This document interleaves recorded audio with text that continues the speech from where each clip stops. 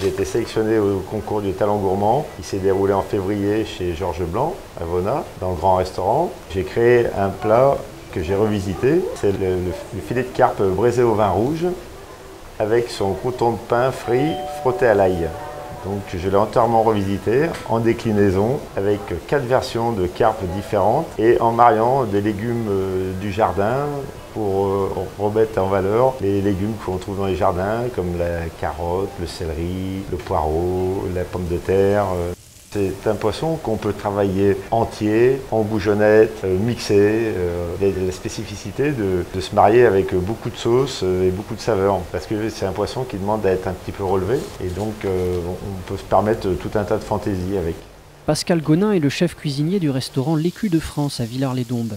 Sa recette originale lui a valu de figurer parmi les finalistes des Talents Gourmands et permet à la carpe de Dombes de revenir sur le devant de la scène gastronomique.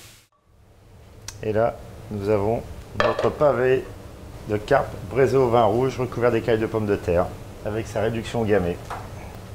C'est vrai que c'est un poisson qui est très dur à vendre. On ne pensait pas que ça allait marcher comme ça au début quand on s'est lancé dans l'aventure.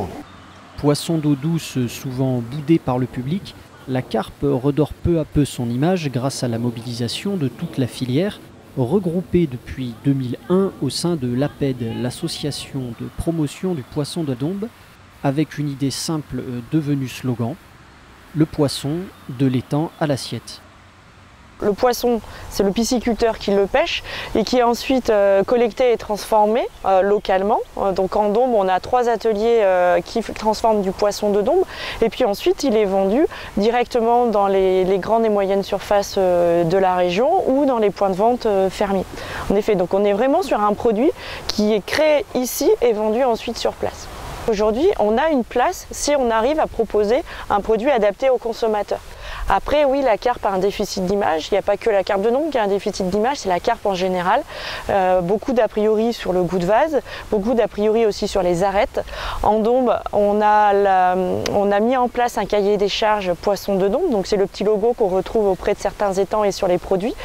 Derrière ce logo, il y a une marque, il y a des engagements qui permet d'assurer la traçabilité du poisson de l'étang à l'assiette. Donc c'est du poisson né et élevé en Dombes. D'assurer également un produit de qualité tout en préservant l'environnement. Donc nos exploitants s'engagent à mettre à sec régulièrement leurs étangs pour les nettoyer et nos transformateurs s'engagent à mettre à jeun le poisson au moins 24 heures et 48 heures pour leur enlever tout goût, tout mauvais goût. Loin d'être ressenti comme une contrainte, l'exigence de qualité de l'APED conforte les pisciculteurs de Dombes dans leur pratique, tout en apportant des bénéfices concrets. Quand on veut avoir une marque comme Poisson de Dombes, on a un cahier des charges à respecter qui est fait par l'APED.